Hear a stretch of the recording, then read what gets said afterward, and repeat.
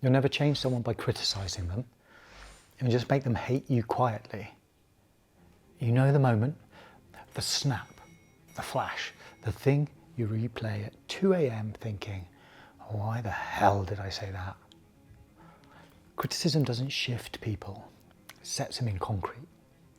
When you're tired, under pressure, something goes wrong and you go straight for the jugular. You point out the mistake. You tell them what they should have done. Maybe you even think, I'm just being honest. Someone has to say it. But then what? Do they thank you? Do they transform overnight? Do they suddenly become better? Of course not. They shut down, they nod along, and they quietly resent you. Carnegie opens How to Win Friends with this because he knew the second someone feels criticised, even gently, their nervous system flips into red alert.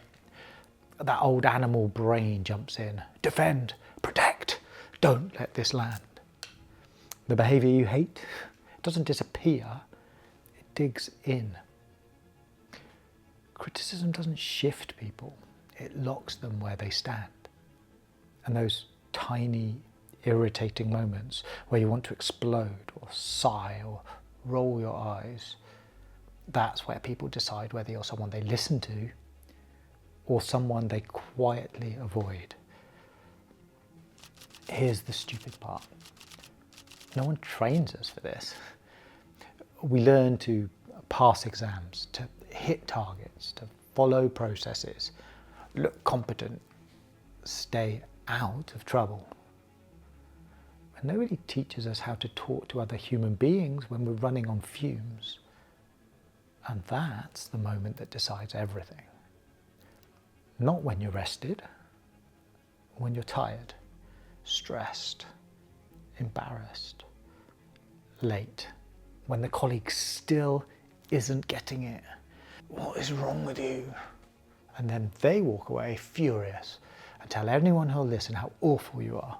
Those 5 seconds in the kitchen, that 11:47 p.m. email, that comment you made in front of the team, that's what decides whether your home feels like a refuge or a battlefield, whether your partner opens up or shuts down, whether your kid trusts you or hides, whether your team tells you the truth or avoids you.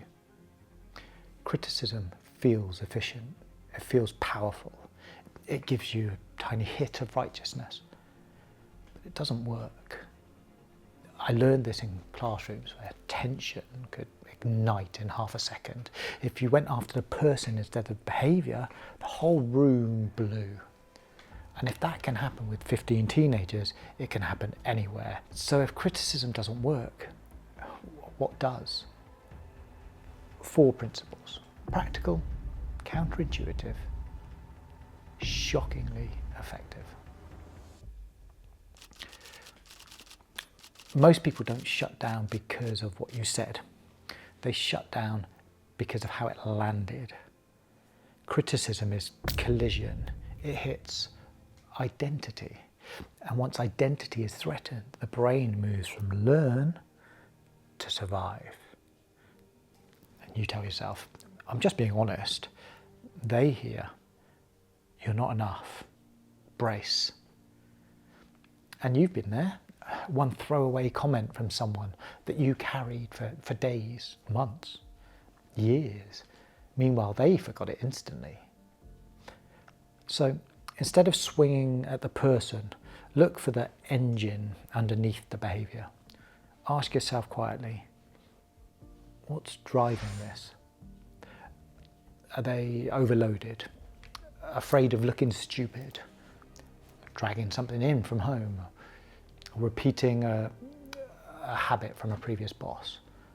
9 times out of 10, it's not rebellion, it's fear in disguise. Once you see that, you can solve the cause instead of punching at the symptom.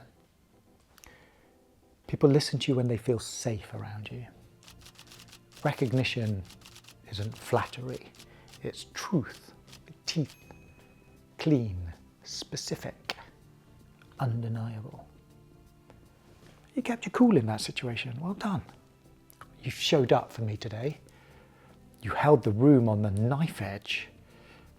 You stayed late to finish that project, and I really appreciate it. Oh, you lift the energy whenever you walk into the room. When people feel genuinely seen, their shoulders drop, their breath deepens, their guard falls.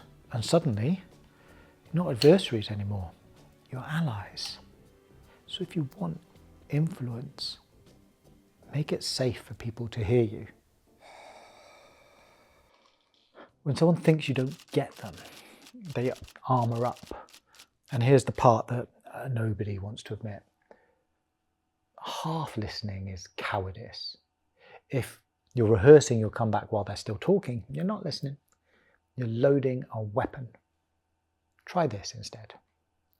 So from your side, it feels like, so from your point of view, it looks like not agreement, not surrender, just acknowledgement. Suddenly the temperature in the room drops. Two monologues become a conversation. Everyone has a version of themselves they're secretly proud of. Even the difficult ones, especially the difficult ones. Professional, fair, creative, hardworking, loyal. If you've done the hard work of finding what drives them, speak to that part. When I taught, we used to have these behaviour cards where a kid would have come in at the beginning of the lesson, and at the end of the lesson, you had to give them a grade and a comment as to how they performed because they'd been underperforming previously. And I used to, instead of waiting to the end of the lesson, as soon as they gave me the card, I'd give them the top grade and a really positive comment right at the beginning, and then give it straight back to them. And every single time, they lived up to that expectation. Because deep down, they believe they're good. They're just constantly told that they're not. And here's something I've seen in classrooms and rehearsal rooms, the staff room, board meetings. People rise or sink to the standard that you quietly set. If your expectation is, you'll probably mess this up, they will. If your expectation is, you're capable of something remarkable, they stretch to it. But here's the uncomfortable bit. Once you set the expectation, you can't retreat. Belief isn't a compliment, it's a contract. Now, I didn't learn any of this from a seminar or a self-help book with a highlighter, though of course I've read the book. I learned it in real rooms full of actual people, teenagers trying to figure out who they were, actors terrified of looking foolish, or teams where there were one misunderstanding from complete meltdown. There was a particular girl who was known to be a troublemaker, to explode at the drop of the hat when confronted about anything, and this just spiraled and spiraled and spiraled, and people just didn't want to spend any time with her or work with her. I remember talking to her and trying to get to know her and find out what was underneath, what was going on, get to know the things that she liked and the things that drove her. And it transpires that she was living up to the expectations that other people had ended up setting for her.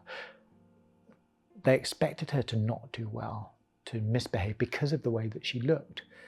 Whereas actually deep down, she wanted to try hard, she wanted to do well.